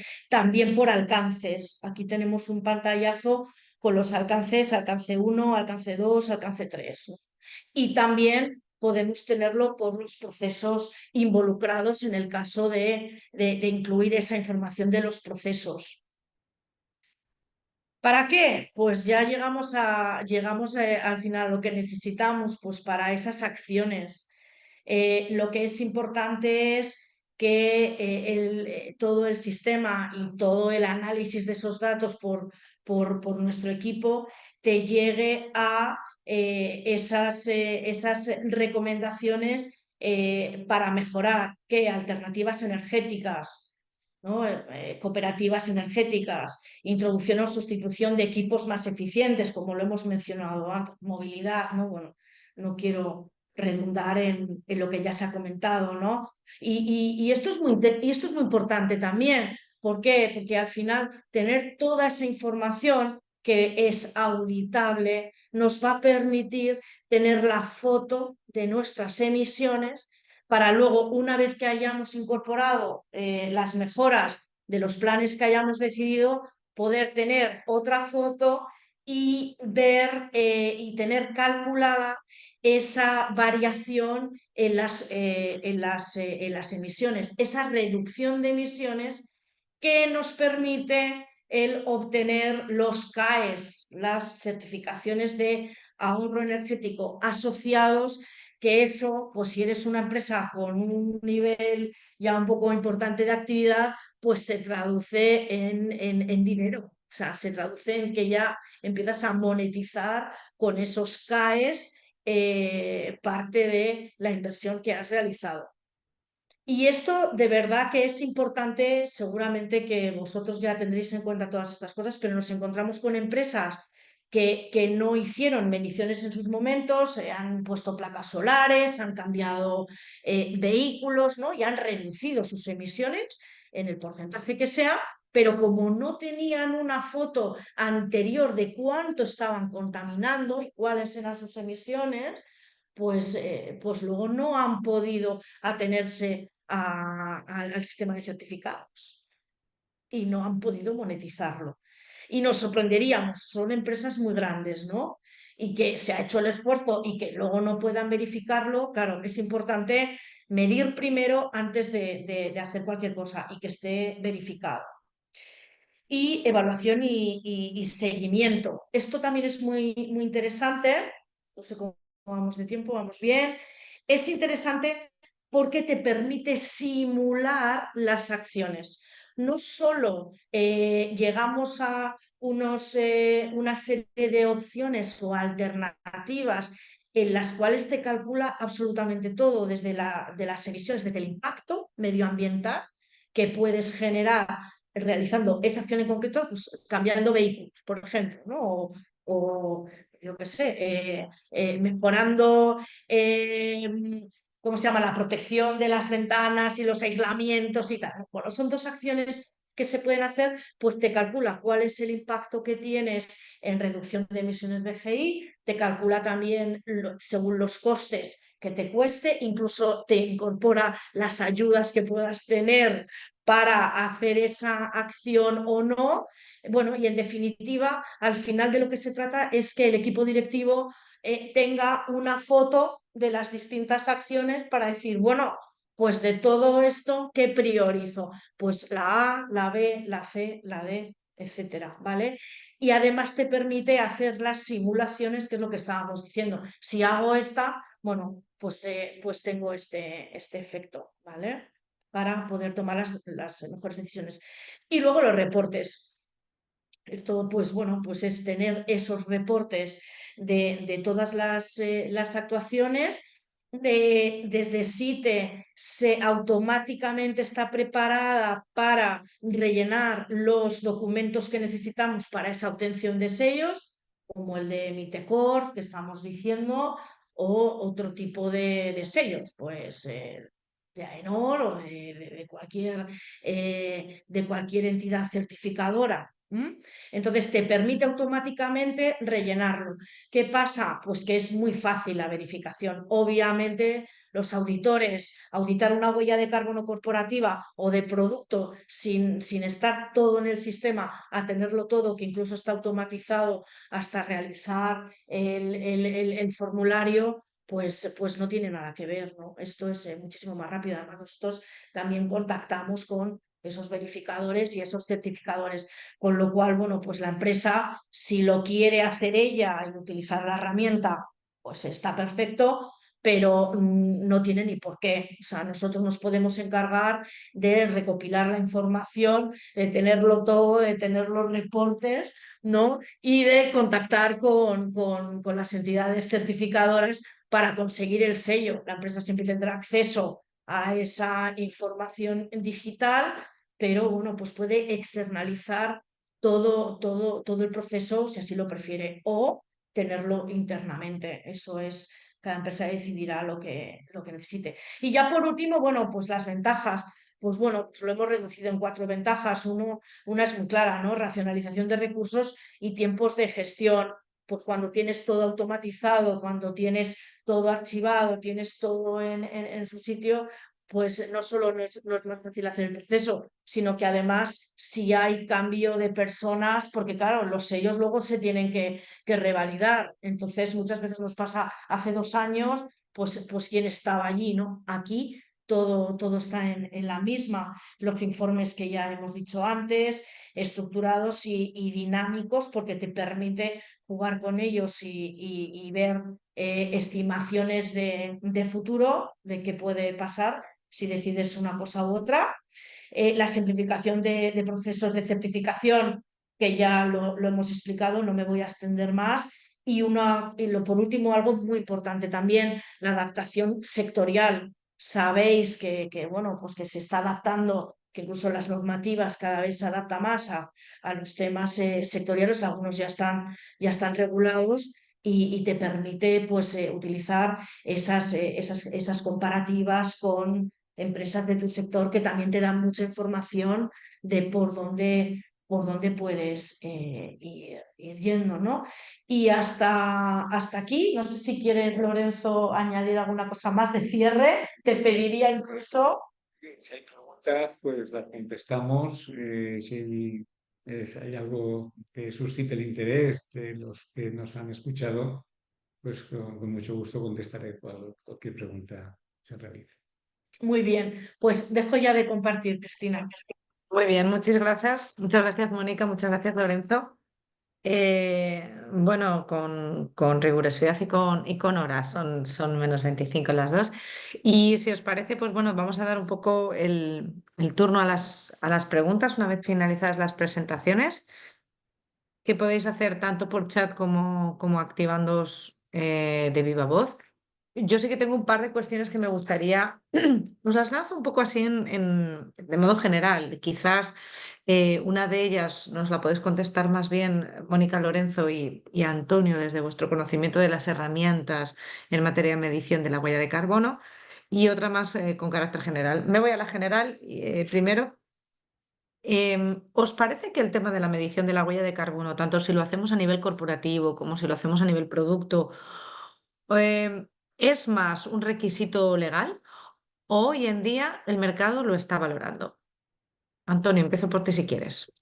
Pues te he de decir que es una tendencia del mercado. O sea, nosotros lo que venimos observando es que cada vez se requiere más y de hecho por ese motivo existen las EPDs y por eso se han potenciado tanto las EPDs en sectores que no son de la construcción. Esto, os he comentado antes que las EPDs nació en el sector de la construcción porque había que dar certificaciones ambientales de edificios, ¿vale? El famoso LEED, BREEAM, todo este tipo de cosas que al final certifican que ambientan los edificios por ambientalmente sostenibles. Y esto se ha empezado a extender a otros sectores. Yo ahora mismo lo veo más que como una imposición legal, lo veo más como una tendencia de mercado en previsión a que las políticas vayan orientadas hacia una obligación en determinadas áreas y determinados sectores, ¿vale? Ujú. Pero creo que ahora en estos momentos es más bien una clara tendencia de mercado. Es decir, no es la primera vez que nos sucede, que nos llama alguien, es que me han pedido esta huella de carbono para dentro de 15 días, ¿vale? Esas situaciones a mí se me han presentado, ¿no? Porque han dicho que me ha llamado mi cliente o determinados proveedores me han solicitado esta información y no sé ni por dónde empezar, ¿no? Entonces ya estamos viendo que yo creo que realmente es una tendencia de mercado. Que posteriormente se regule, bueno, pues probablemente sí, pero eso va a ser un poco más complejo, porque hay en juego muchas cosas, como te puedes Ujú. imaginar. A nivel de sectoriales, o sea, eso va a ser un poquito más difícil. Y además, como bien ha comentado antes María, que llevamos ya bastante tiempo esperando ese famoso registro de huella de carbono obligatorio. Ya sabéis que ha habido comunidades autónomas que han tomado la delantera. Por ejemplo, Islas Baleares ha hecho el registro obligatorio y en otras comunidades autónomas no es así. Bueno, también en Comunidad Valenciana se hizo, pero no se ha desarrollado. O sea, al final, o en Islas Canarias también el obligatorio está en proceso de desarrollo. ¿Y qué quiero decir con esto? Que al final los esquemas regulatorios pues no son tan sencillos, especialmente nuestro sistema que tenemos de comunidades autónomas realmente no está armonizado. Bueno, se quiere hacer que sea armonizado con el registro del ministerio y tal, pero eso va a llevar, yo creo que va a llevar un poquito más de tiempo, esa parte. Mónica, Lorenzo, asentíais con la cabeza también. Sí, sí, estamos de acuerdo en todo lo que se ha dicho. La semana pasada, el gobierno regional valenciano derogó no, planteó el borrador que modifica la actual ley vigente de cambio climático de la Comunidad Valenciana y deroga todos los artículos de obligatoriedad, los de sanción, los de métricas locales, apalancándolos a métricas europeas y todo el sistema de tributación, con lo cual lo deja en algo muy similar a lo que es el registro madrileño, sencillamente estableciendo una suerte de relación vinculativa entre uno y otro para evitar la doble contabilidad. Es una buena noticia y es una mala noticia. A mí, en el fondo, todo lo que sea obligar a las empresas y generar unos gastos directos, tal y como está la competitividad con el resto del mundo, me parece peligroso, ¿vale? Ahora bien, sí que es verdad que las declaraciones de producto son un gran escudo contra, si se tienen en cuenta en la cadena de producción, cuidado, y si se obligan en ciertos entornos de aprovisionamiento, son un escudo contra la competencia desleal de otros países, contra el dumping comercial, por ejemplo. Entonces, en ese orden de cosas, sí que veo que tiene mucho valor las declaraciones ambientales del producto exigidas por ciertos grandes distribuidores, por empresas que hacen de la responsabilidad social corporativa una bandera o que tienen un prestigio que defender con pruebas en las redes sociales, evitar una polémica de carácter negativo en las difusiones masivas. Ahí sí que lo veo. Lo que es el registro de organización, dado que se limita, tal y como se especifica en el registro del MITECOR y en la propia ISO, a los consumos, básicamente, de combustibles, electricidad, fuga de refrigerantes, es muy, muy, muy concreto. Lo veo más orientado a lo que es la optimización y reducción de gastos, ¿vale? Que para mí tener un buen análisis de cuáles son mis emisiones es la antesala de tener un buen sistema de decisión de cómo mejorar ciertos procesos que me están costando dinero realmente. Entonces, por ahí sí que lo veo perfectamente. Entonces, yo dudo mucho que se vaya a establecer, tal y como está la economía, un sistema que realmente obligue a las empresas a estos requisitos.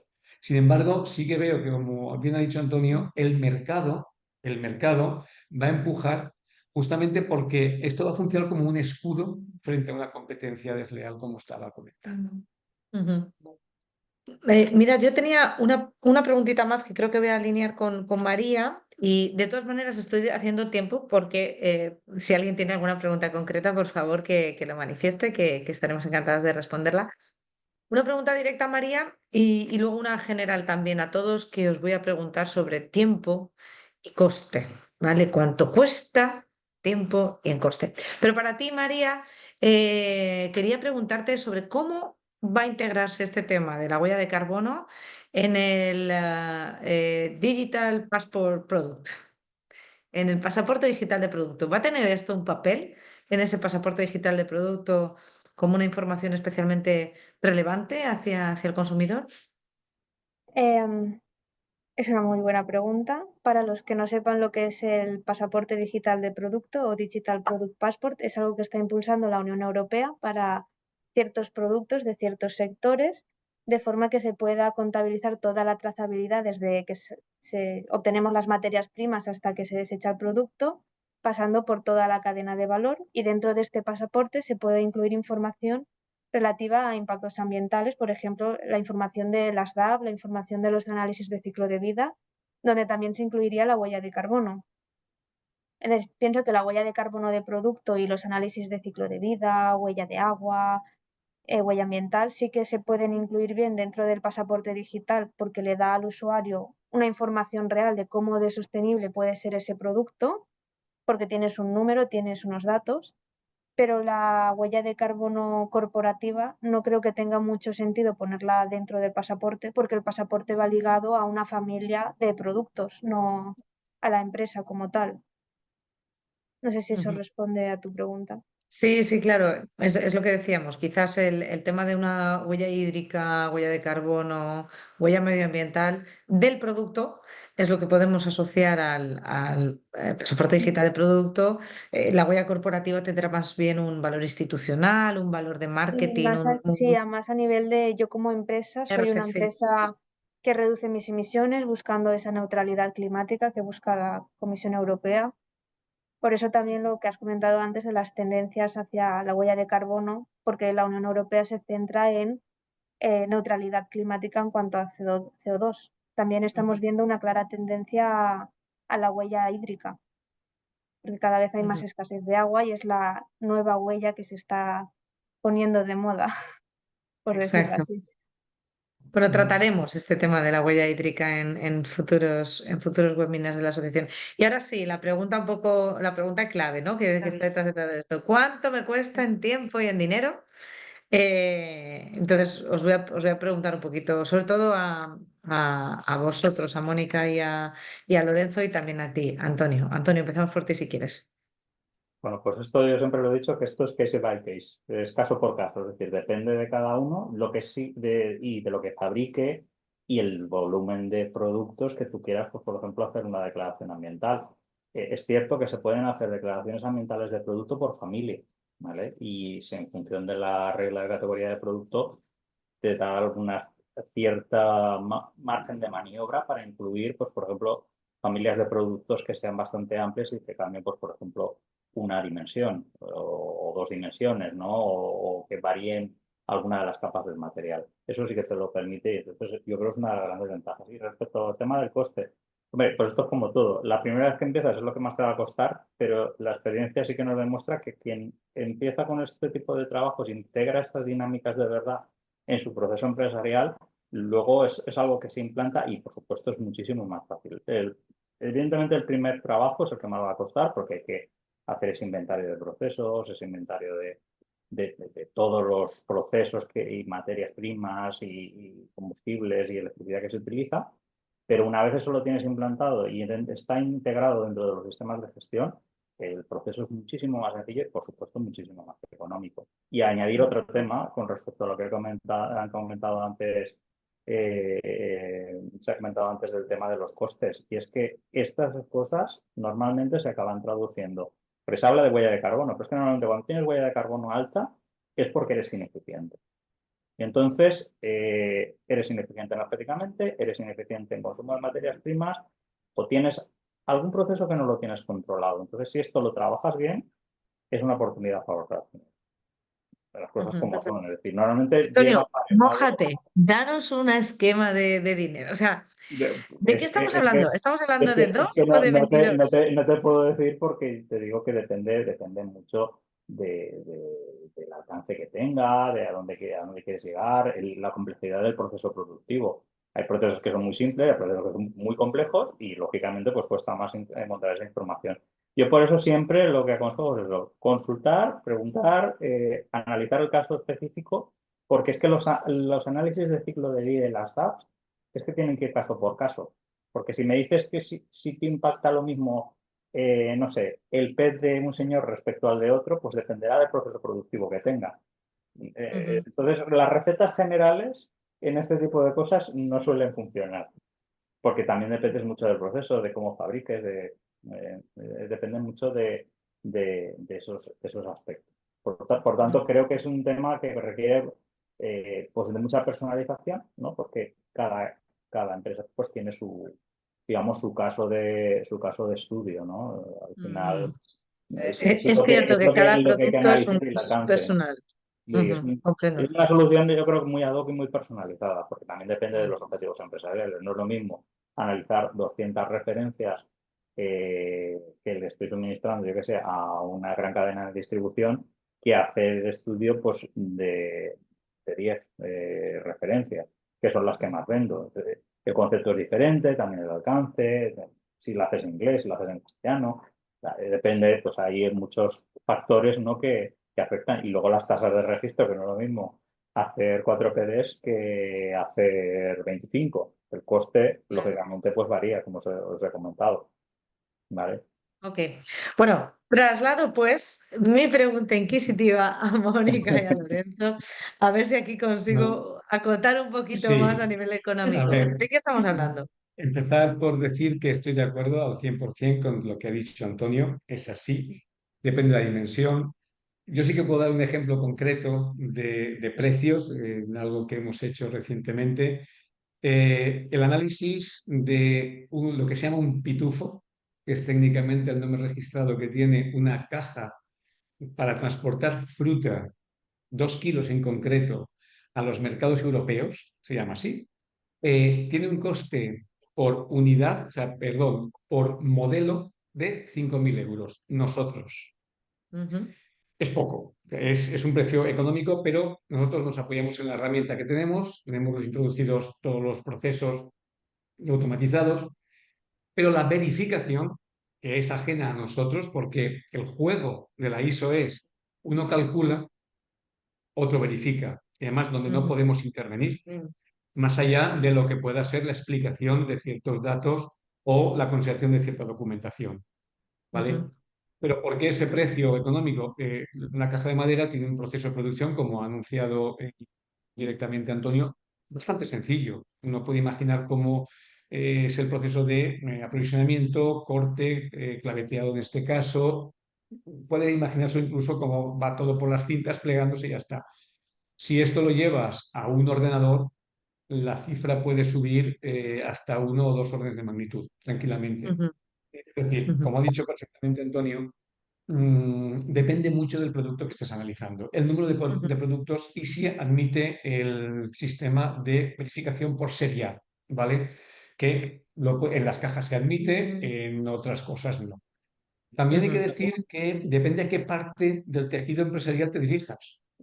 Cuando te diriges a las cadenas intermedias, que normalmente están muy especializadas en hacer, por ejemplo, un producto de plástico muy concreto, pongo por caso, tapones, vasos, cierto tipo de cajas que están con una u otra manera de ser extrusadas, inyectadas, que es algo muy concreto.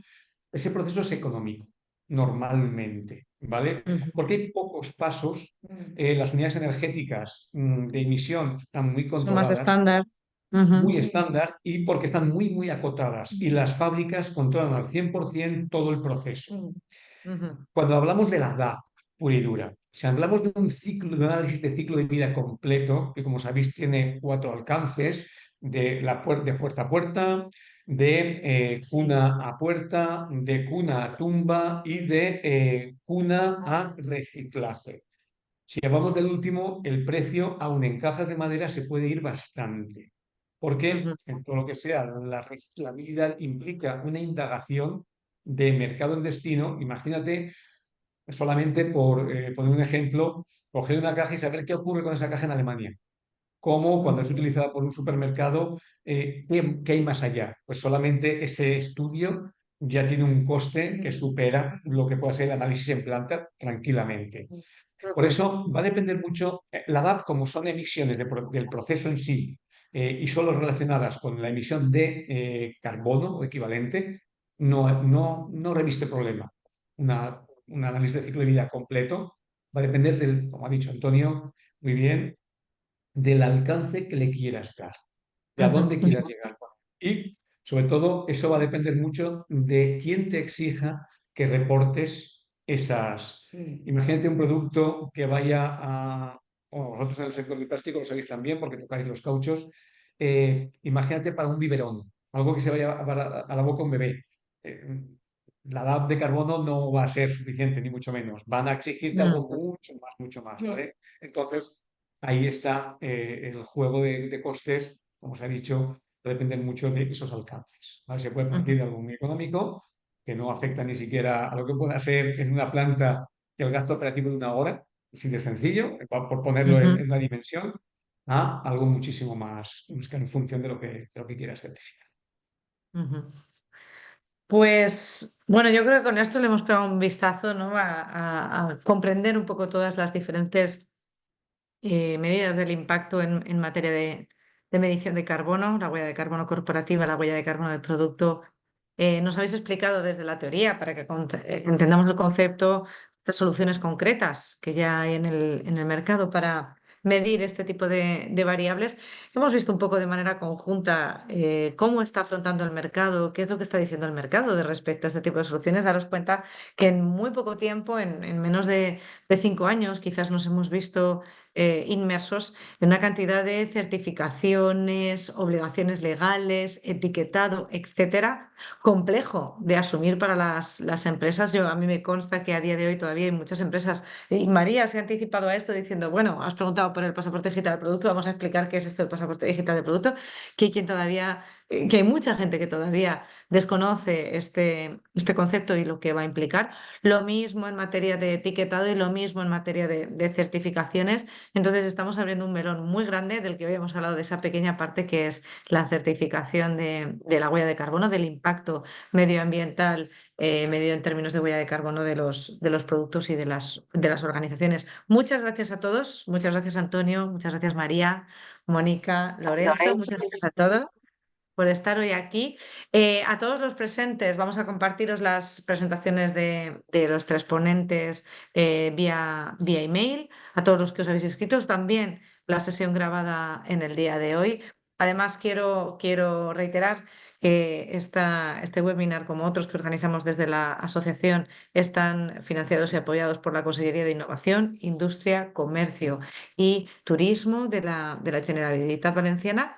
Y bueno, yo os invito a uniros ya al próximo webinar que celebraremos pues bueno, dentro de muy poquito, el día 11, sobre el nuevo reglamento europeo de envases y residuos de envases, y en el que contaremos con el despacho de abogados de Gómez Acebo y Pombo, y al que ya estáis todos invitados. De nuevo, muchas gracias a todos y puntuales.